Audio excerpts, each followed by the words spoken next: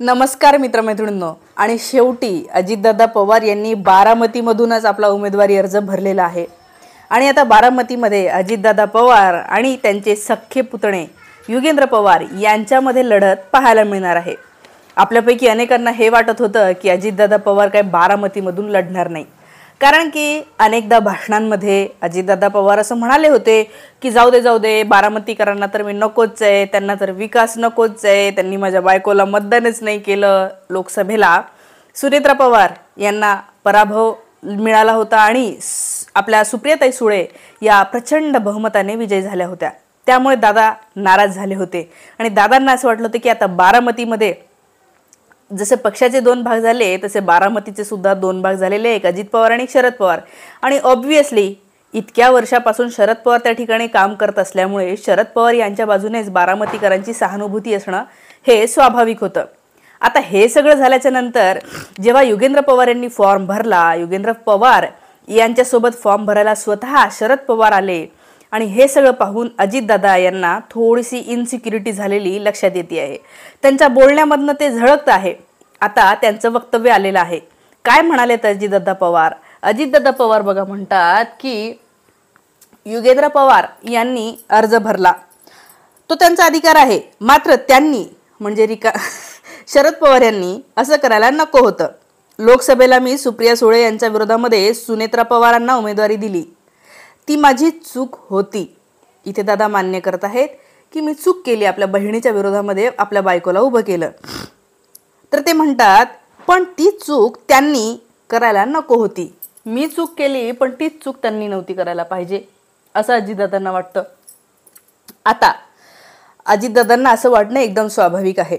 हे बघा, एकाच घरामध्ये इतक्या मोठ्या प्रकारच्या लेवलच्या निवडणुका ज्या आहेत त्या एकाच घरामध्ये दोन उमेदवार एकमेकांच्या विरोधामध्ये उभं राहणं हे जनतेला बघवत नाही।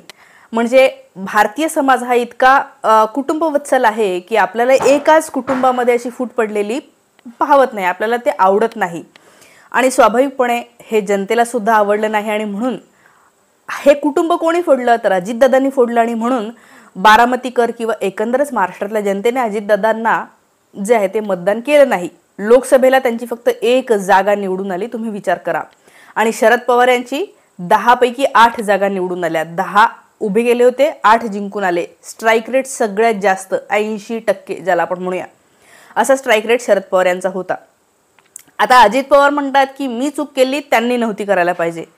तर अजितदादा पवार यांना आपण चूक केली हे सतत लक्षात येते, ते बोलतात सुद्धा, पण याच्यामध्ये ते खेळी करत आहे जे की आपल्या लक्षात नाही येऊ देत। म्हणजे अजितदादा पवार हे मला चूक झाली, माझी चूक झाली, मला कळतंय माझी चूक झाली हे फक्त सांगत आहेत, तर ती चूक दुरुस्त करत आहेत का? नाही करत आहेत। आणि जोपर्यंत एखादी व्यक्ती आपली चूक दुरुस्त करणार नाही तोपर्यंत त्या व्यक्तीला खरोखर बाबा चूक झालेली आहे असं वाटतंय हे काय आपल्याला कळणार नाही। म्हणजे अजित पवार जे म्हणतात माझ्याकडून चूक झाली, बहिणीच्या विरोधात नव्हतं उभं करायला पाहिजे, माझ्याकडून चूक झाली, मी असं नव्हतं करायला पाहिजे, मी शरद पवार यांना खूप मानतो, ते माझे गुरु आहेत, शरद पवारांबद्दल आदरयुक्त अनेकदा विधानं मधल्या काळामध्ये त्यांनी केली। हे सगळं जरी असलं तरी तुम्ही चूक नाही सुधारली। म्हणजे तुम्ही सगळ्यात मोठी चूक केली ते म्हणजे शरद पवार ज्यांनी पक्ष स्थापन केला, राष्ट्रवादी काँग्रेस पार्टी, ज्यांनी घड्याळ हे चिन्ह दिलं, त्या पहिल्या दिवसापासून तो माणूस ह्या पक्ष इतका वाढवायला झटला आणि तुम्ही एका झटक्यात काही मिनिटामध्ये तो पक्ष जो आहे तो फोडून काही लोकांना घेऊन गेले। फक्त लोकांना घेऊन नाही गेले, तुम्ही त्यांच्या पक्षाचं नाव, त्यांच्या पक्षाचं चिन्ह घेऊन गेले। तुम्ही विचार करा त्यांना किती वाईट वाटलं असेल। तुम्ही जे म्हणता की मी चूक केली, तर तुम्ही चूक सुधारली का? तुम्ही त्यांच्या पक्षाचं नाव, त्यांच्या पक्षाचं चिन्ह त्यांना देऊन द्यायला पाहिजे होतं। आपल्याच नावासाठी, आपल्याच चिन्हासाठी त्यांना कोर्टाचे दरवाजे ठोठावे लागत आहे।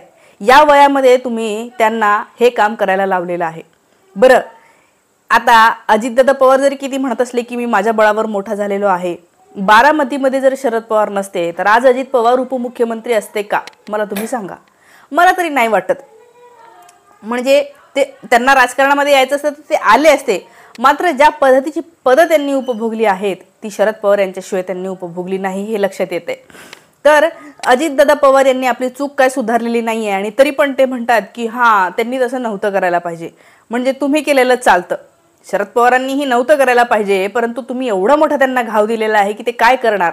त्यांना आपल्या पक्षाच्या चिन्हासाठी याच्यासाठी झगडावं लागत आहे. ते का नाही तुमच्या विरोधामध्ये उमेदवार देणार. तुम्ही सतत त्यांचे वय काढलं, तुम्ही सतत म्हणलेलं आता त्यांनी घरी बसायला पाहिजे. इतक्या मोठ्या माणसाचा तुम्ही अपमान केला. आज त्याच माणसाने सगळ्यात जास्त स्ट्राईक रेट दाखवलेला आहे लोकसभेला. म्हणजे महाराष्ट्राच्या सुद्धा लक्षात आलेलं आहे की ज्यांना तुम्ही म्हणत होते घरी बसा ते थकलेले नाही आहेत. उलट या सगळ्यांपेक्षा म्हणजे काँग्रेस असेल, शिवसेना असेल, या सगळ्यांपेक्षा जास्त कामगिरी त्यांनी करून दाखवलेली आहे. आणि या वयामध्येही तो माणूस रोज फिरतो आहे लोकसभेच्या निवडणुकीच्या कितीतरी महिन्याआधीपासून. हे सगळं आहे. आणि अजित पवार आता इन्सिक्युअर झालेले आहे. कारण की सुरुवातीला तर त्यांना वाटलं होतं की हा नाही देणार, ते बाबा नैतिकतेला धरून काम करणारे लोक आहेत, त्याच्यामुळे माझ्या विरोधामध्ये ते असा घरातलाच उमेदवार देणार नाही. मात्र युगेंद्र पवार हे बारामतीमधून लढतील अशाही चर्चा सुरू होत्या. आणि आता ते फिक्स झालेलं आहे. आता त्याला काहीही करू आपण शकत नाही. आणि मला असं वाटतं की आता हे पाहणं इंटरेस्टिंग असणार आहे की नेमकं बारामतीकर कोणाच्या बाजूने उभे राहतात. इथे युगेंद्र पवार यांचा चेहरा जरी दिसत असला तरी या ठिकाणी शरद पवारच अजित पवार यांच्यासोबत लढत आहेत. कारण की ही स्वाभिमानाची लढाई आहे, गद्दार विरुद्ध निष्ठावान अशी लढाई आहे. ती तशीच केलेली आहे. युगेंद्र पवार हे सुद्धा नवीन आहेत राजकारणामध्ये, परंतु अनेक पदं त्यांनी याच्या आधीही जे आहे ते पदांवर त्यांनी काम केलेलं आहे. आणि राजकारणामध्येही ते आहे. कितीतरी महिन्यांपासून ते शरद पवार यांच्यासोबत फिरत आहेत. आणि त्यामुळे आता लक्षात येते की युगेंद्र पवार हे अजित पवार यांना कशी टक्कर देते हे पाहणं. मला असं वाटतं की काय नेमकं बोलतात, प्रचार कशा पद्धतीने करतात. कारण युगेंद्र पवार हे अजित पवार यांच्या विरोधामध्ये काही बोलताना आत्तापर्यंत तरी दिसले नाही. ते जे काही बोलत होते, त्यांचे जे काही मुलाखती मी पाहिलेल्या आहेत त्याच्यावरून तर हेच लक्षात येते की ते फार संयतपणे बोलत आहेत, अत्यंत सावकाश संथ गतीने बोलत आहेत. म्हणजे ते छान वाटतं त्यांचं ते बोलणं पाहून. मला असं वाटतं की शिकत आहेत ते अनेक गोष्टी. मात्र आता काकाच्याच विरोधामध्ये ते उभे राहिलेले आहे. आणि काय होणार मलाही प्रश्न पडलेलाच आहे. या सगळ्या गोष्टीबद्दल तुम्हाला काय वाटतं. अजित पवार यांना खरोखर चूक झाली असं वाटतंय तर त्यांनी चूक सुधारायला पाहिजे की नाही, काय करता येऊ शकत होतं याच्यामध्ये, कमेंट करून मला नक्की सांगा. थांबते. Thank you so much.